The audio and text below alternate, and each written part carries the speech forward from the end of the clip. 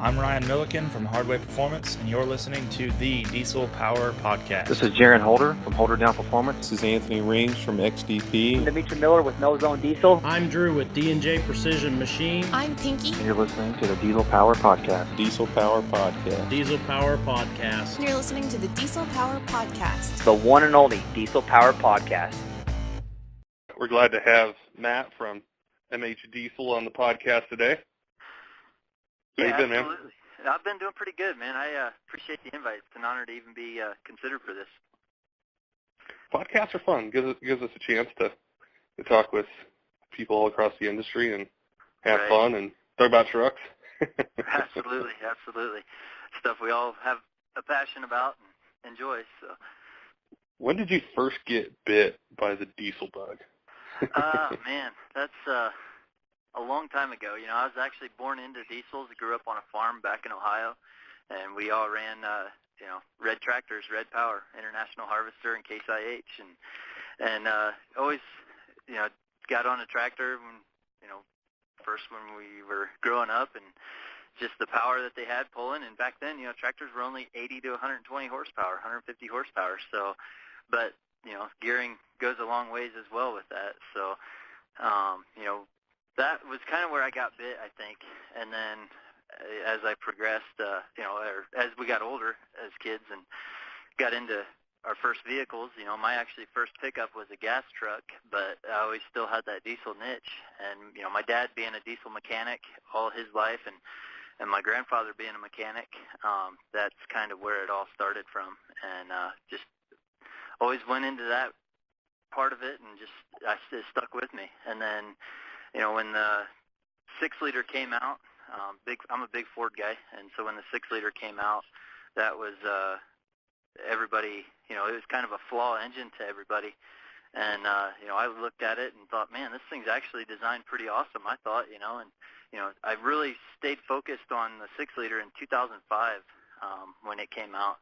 Or it was out for 2 years then, and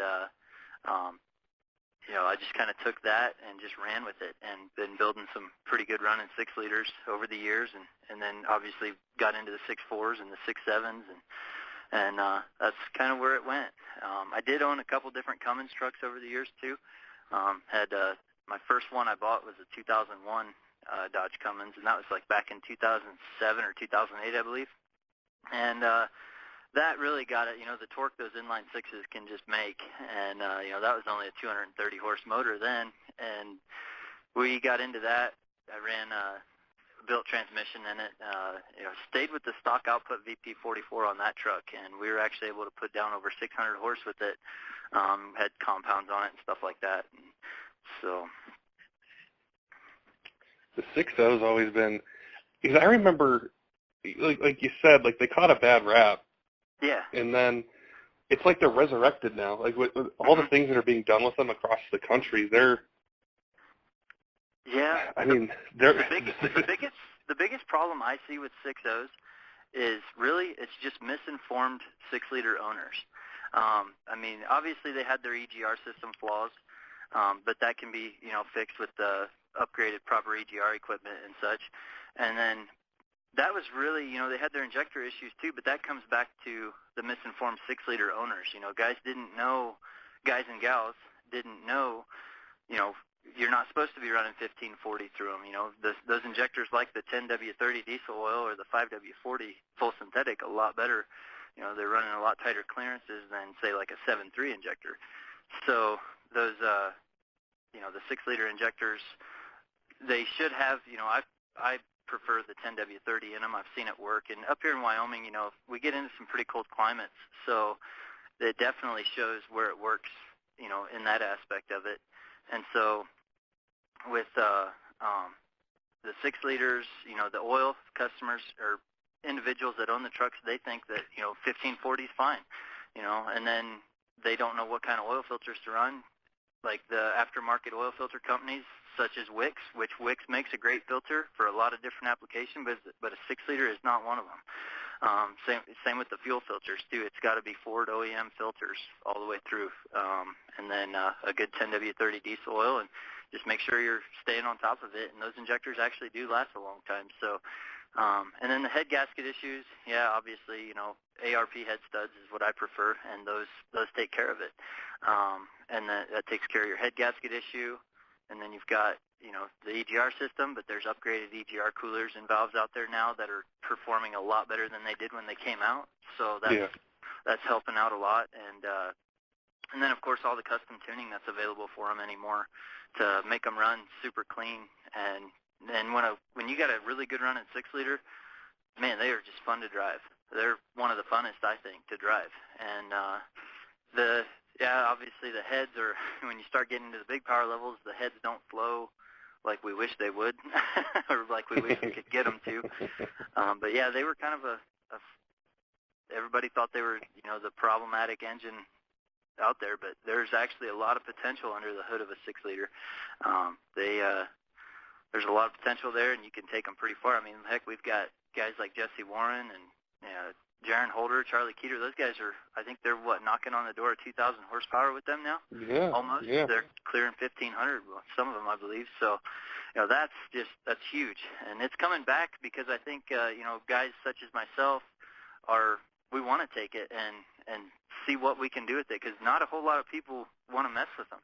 And, you take them and we try to prove that, no, this actually is pretty well designed, and it runs good when it's running right.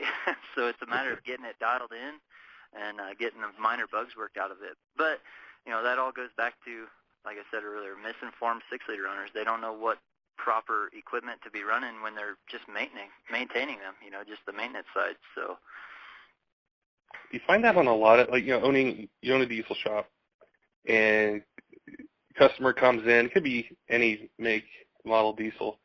Do you find that that's what they're looking for the most, or answers, and they just need a reliable source of someone who's done it dozens or hundreds of times or thousands of times?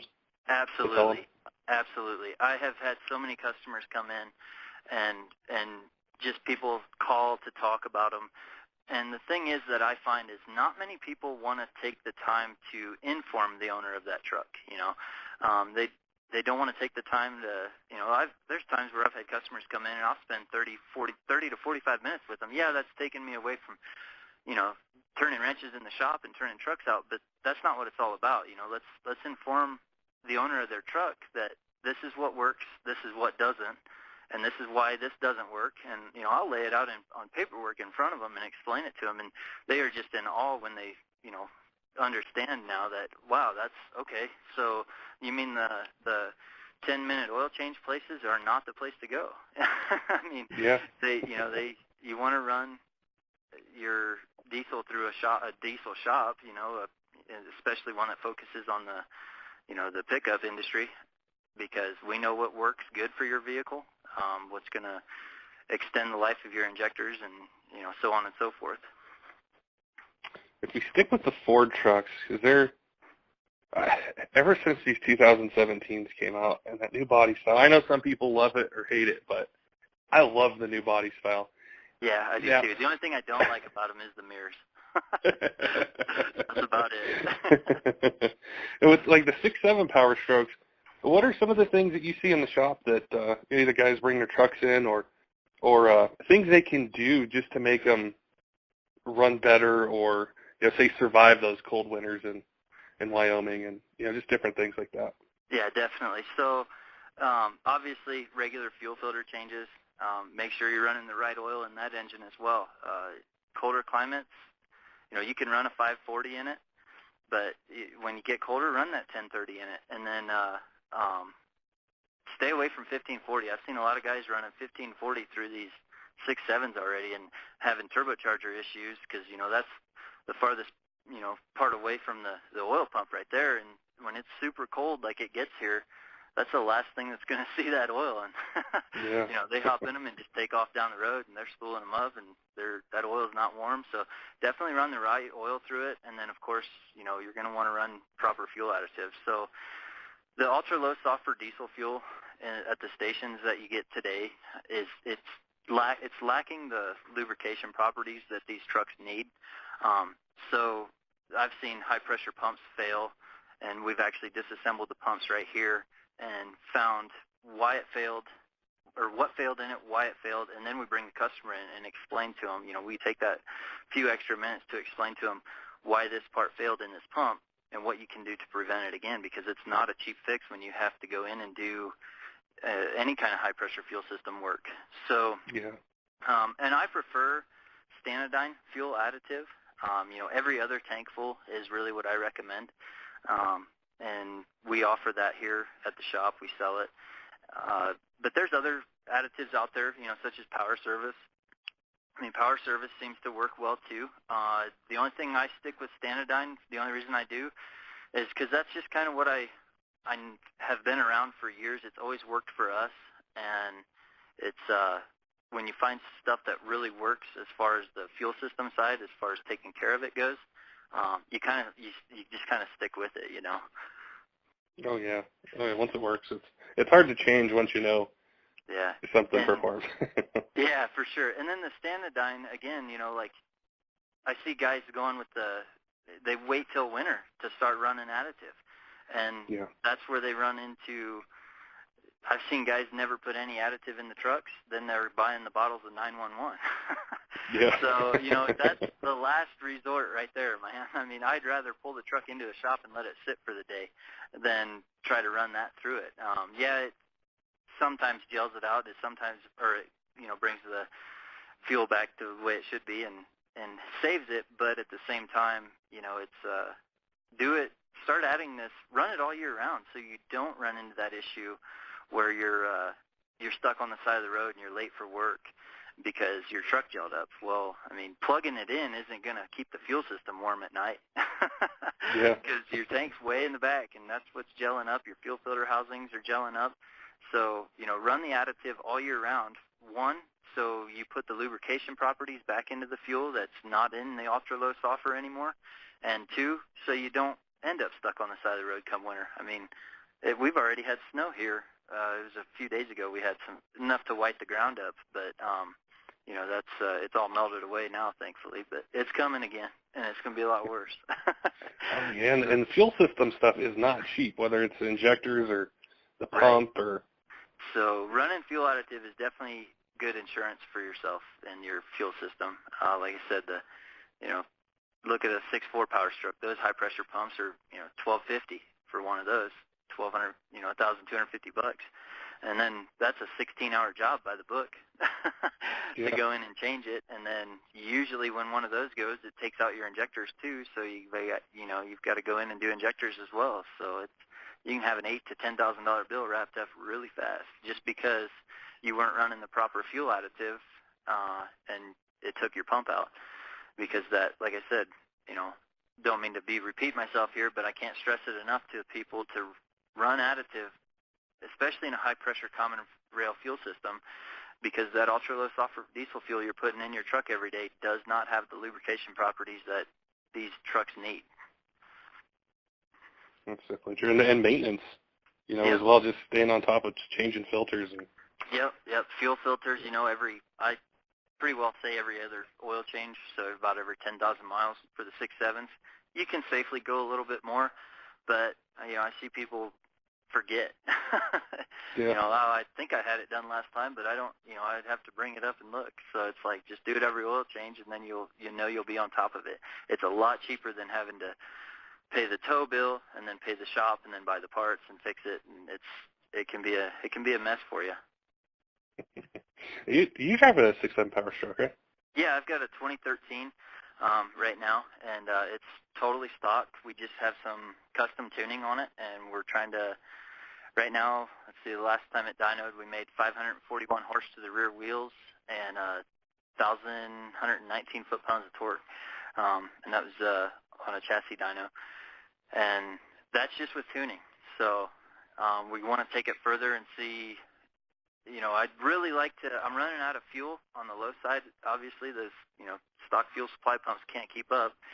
And so we're going to go in and probably do, just a different fuel supply system and, such as like an air dog or a fast, and bring that volume of fuel back up so we can go in and make a few more tuning adjustments. I would like to try to see 600 out of it just on tuning. And, of course, that low fuel system upgrade. But If we can get 600 just out of tuning, I'm going to be pretty happy with that. Then we'll just take it further after that. I'm probably going to go for rods. If I hit 600, I'm going to pull the motor and put rods in it because I'm not going to stop there. Because that all starts at, I just want a tuner, and you do the tuner and you get bored with it. Well, I just want a little more, you get a little more, and yeah, eventually it can turn into a motor build. Oh, yeah, real fast. You don't want to window that block. They're pretty expensive. So, don't cheap out on rods. How's the tranny handling it? So far, it's doing awesome. I need to knock on some wood because I don't want to lose it yet. We want to see how we can push it. With just custom tuning, you can safely push these trannies reliably. You can put a lot of power through them. So, we'll see how far we can take it. I think there's a lot of guys out there running 750 on a stock trans, and just with trans tuning, and they're able to hold the power. So we're going to see if we can do the same, and if not, take it further on a stock trans. The transmission's like the envy of the diesel world. I know the new Ellisons will hold a good bit of amount of power with some of the tranny tuning out there, but yeah, as far as just out of the box, like you said, they'll hold 750, sometimes 800. Oh yeah, yeah, I've seen them go 850, and that's few and far in between that are getting there with that, but it can definitely be done. And for a transmission to be able to support that kind of power right out of the box, like you said, is just absolutely impressive. It's pretty cool to see where they're going with it. The technology is it's progressing every day. So when did you think or decide, I think I want to open a diesel shop. This is what I want to do for a living. Do you remember the moment it happened? Well, it's always been a dream of mine for a long time, but when I finally decided to pull the trigger and go for it, it was a huge leap. It's definitely not something to, take for granted. I couldn't get any banks to help us at all. They didn't want nothing to do with us. Obviously the economy's not that great right now, so I can understand that. And so, we went out, I drained my bank account, man, and I dumped everything I had into this place to try to make it work. And it was like, well, here we go, it's all or nothing now. And thankfully, man, it's skyrocketed. And we're trying to turn out we are turning out some of the cleanest and the baddest builds possible, and we take huge pride in our work. I stand behind our work 110% guarantee. If there's something you don't like, as far as how some of the wiring may be done on it or whatever it may be, if you're not happy with it, bring it back. We will cover it completely under warranty and make sure it is right until you are happy with it. But we've never, had an issue with someone not liking our work. Like I said, we pay attention to detail big time when it comes to our work. And but yeah, so with the way me jumping into it, I've never been a gambling man, but holy smokes, it's definitely a gamble, especially when the economy's not the best right now. And but as long as you do good work, and you're always going to have work. You're always going to have customers. As long as you're running an honest business and just turning out some really good, clean work, you're always going to be having those customers coming back. And then, of course, word of mouth spreads faster than anything as far as your advertisement goes. And, when your name is on that work and it's super clean and people are in all over it, they're like, yeah, we want that done. We want that guy to do our truck or whatever it may be. And then definitely if for someone that might be on the fence about doing it, just make sure you commit to it, dedicate yourself to it. I don't think I've gotten a decent night's sleep since I opened. Because we're here, our hours are, Monday through Friday, 7:30 a.m. to 6 p.m. And then Saturdays 9 to 3. But throughout the week, we're still here wrenching till 9, 10, 11 o'clock at night sometimes, just trying to keep up on everything. And so it takes a lot of dedication. You got to commit to it, and then, of course, make sure you do it right. Get a solid foundation, get a business license and your tax identification number. Just do it right. It's easy, to that part, getting that stuff is pretty easy. Just make sure you're going to dedicate yourself to it and turn out good, clean work. And like I said, again, honesty is the best way to run your business. That's great advice. That's doing the podcast and comments and messages and phone calls we get from a lot of people that they love diesel trucks. They want to do something in it, and they want to know what the keys are, and you just hit on all of them. Mm-hmm. Yeah, I mean, it's that part of it's easy. Being, like I said, getting yourself set up and getting a solid foundation, that's the easy part. Dedicating all your time to it, because it's going to take every bit of your time. I mean, for the first few years, and it's day and night. So make sure you're committed, and just go after it, man. Don't hesitate. That was, I wish I would have done it years ago, but it's hard to pull that trigger. It really is. And when I finally did it, man, I'm so glad I did it. It's one of the best decisions I think I've ever made, because my biggest thing is customer interaction. You gotta interact with your customers, and if they have a truck that comes in and something failed on it, explain to them why it failed, what failed, why it failed, and how they can prevent a failure like that from happening again. If it's a catastrophic failure or something, such as not running fuel additive, what it can cause these high-pressure fuel systems to go, what can cause them to fail.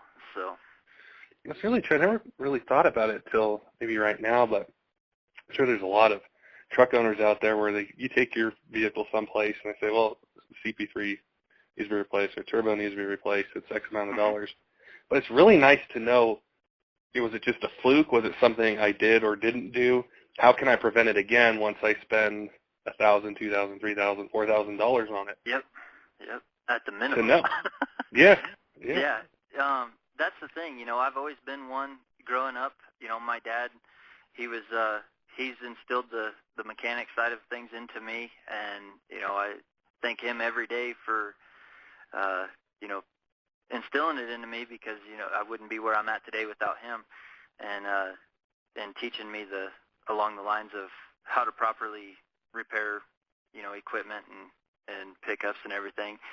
But when something would fail on say one of our tractors or implements back home, we would take it apart right there in the shop and figure out why it failed, and then troubleshoot ways to prevent that failure from happening again, or if it's something we missed that we weren't running right, and make sure it doesn't happen again. So yeah, when, like you said, when someone goes in and they need a new high pressure pump, okay, they don't really ask questions. So I always try to take the time to explain to them. So this is, we took the pump apart, we found out what failed in it, why it failed, and this is what you can do to prevent it again, because it's not a cheap fix, especially if the truck is low mileage. I had a truck in here that it was a 6.4 with 100,000 miles on it, and that pump went out. I mean, 100,000 miles isn't nothing.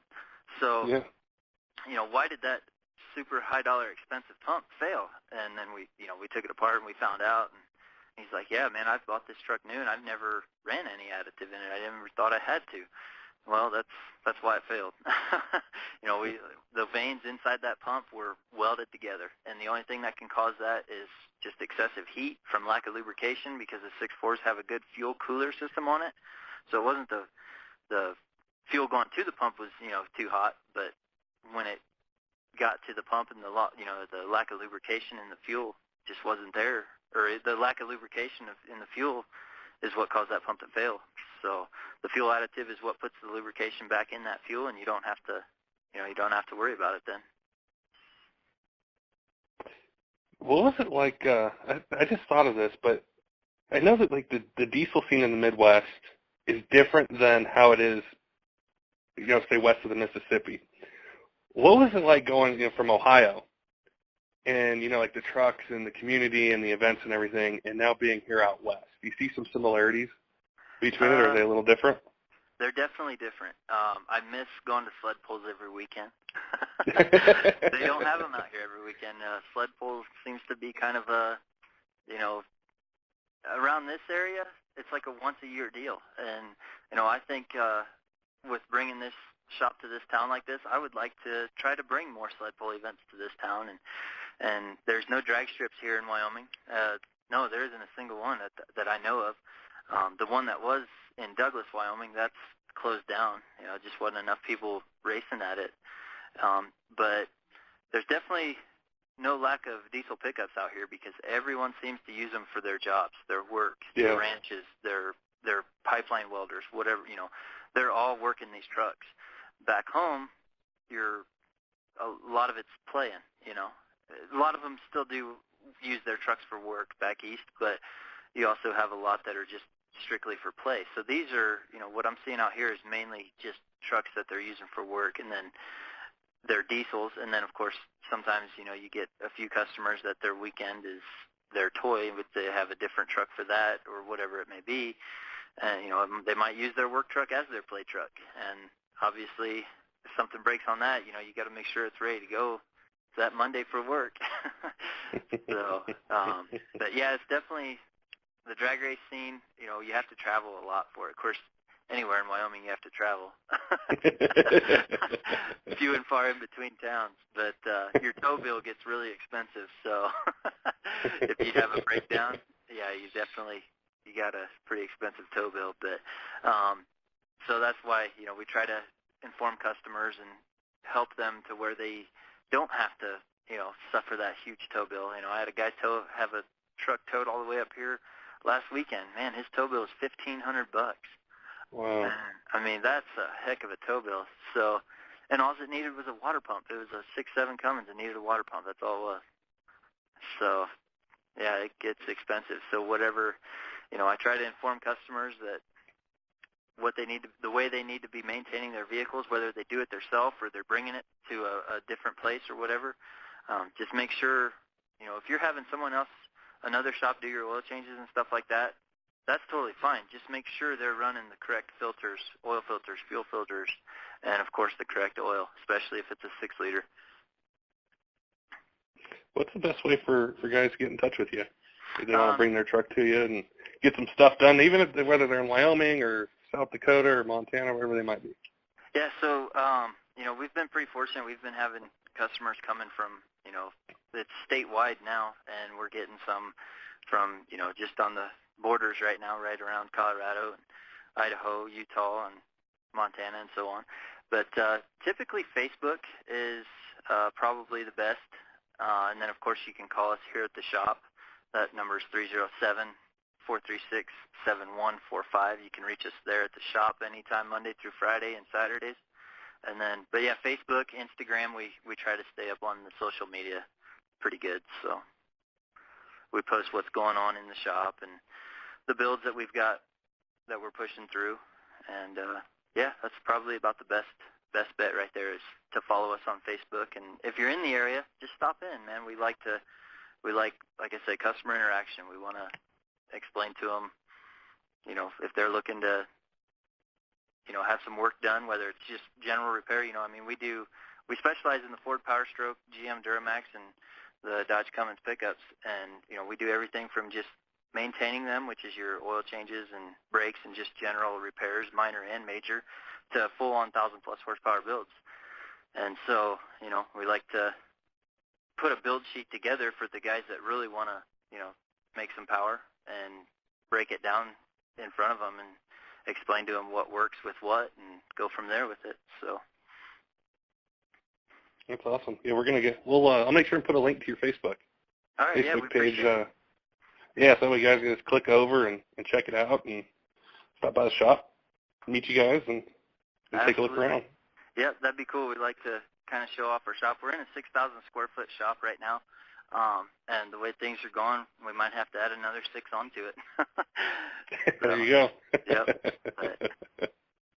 Well, we appreciate you being on the podcast today. I know it's a busy work day, and we pulled you away for a little bit, but it was really awesome to hear your story and what you're building, there in Wyoming, and some of the insights, that you have on maintenance and ways that people can prevent having these huge, repair bills and Absolutely. fixing. That's what we're here for.